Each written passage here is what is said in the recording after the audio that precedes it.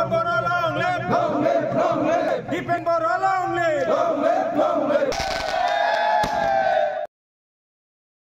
माहारिनि थाखाय गोजोनथाव खौरां जे बड'फानि सिमां बुरलुंबुथुरनि सा फारसे सन्कस्त सुदिया आलादा बड'लेण्ड दाबिनानै सोमावसारनाय बिनिनो दिनै फिथाइ महरै आन्थोरजयै स्टेप बाय स्टेप जे बर'फोरनि जुजिनाय बिसि accord BTC accord BTR accord बिनि गेजेरजों बड'फानि सिमां जि सन्कस्त सुदिया आलादा बड'लेण्ड रायजो जाफुङाखैब्लाबो दिनै बिएसि 1993 मायथाइयाव जाबाय बिटिसि जाबाय 2003 मायथाइयाव बिटिआर गोरोबथा जाबाय 2020 मायथाइनि 24 जानुवारि आरो बे गोरोबथा मतेनो बे एकर्ड मतेनो जे एनडिएफबि नि मोनब्रै ग्रुप लोगोसे दुलाराय बर' फरायसा आफाद आरो इउबिपिआव बर' सुबुं जथाय आफाद जि सागान सानायनि गेजेरजों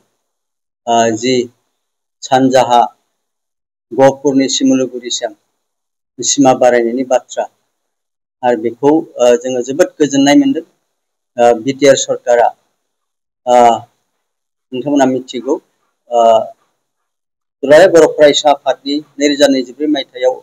जे रौतायाव जादोंमोन बेवहायनो सीएम डक्टर हिमन्त बिश्व शर्मा बिथाङा फोसावदोंमोन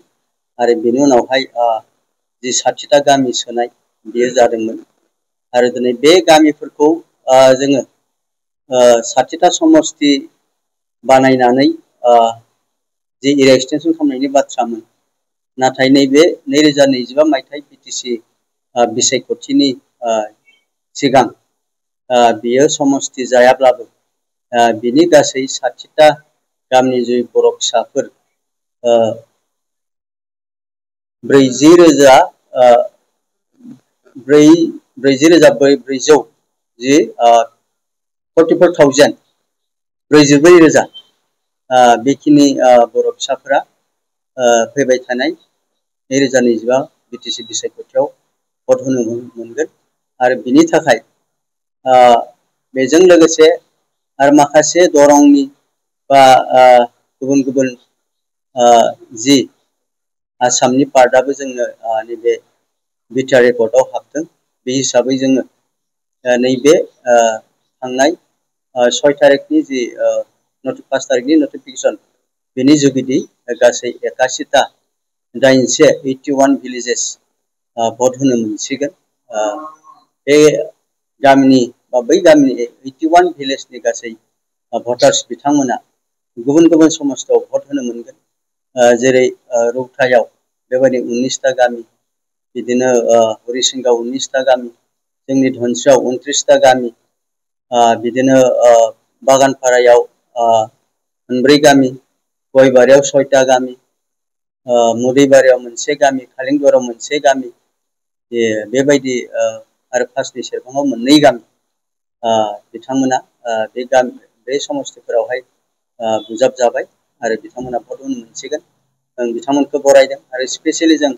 धनस्रि समस्ति जानानै आं आफादगिरिजों लोगोसे चिफ एडभाइजार बाबुल खाख्लारिजों लोगोसे गाहाय नेहाथारि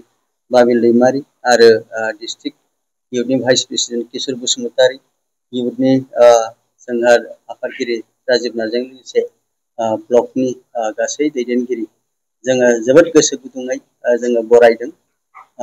मस्टलि जोंहा गुफुर हालामनि बिश्वनाथनि जि गासै 29टा गामि दरंनि मोनसे बेकार कास्ट बे मोनसे हाबबाय आरो 28टा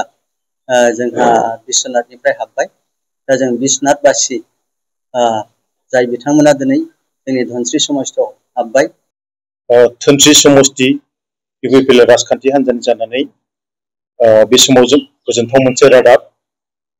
बिटिआरनि जि सीएम सार प्रमद बर' दैदेननाय सरकार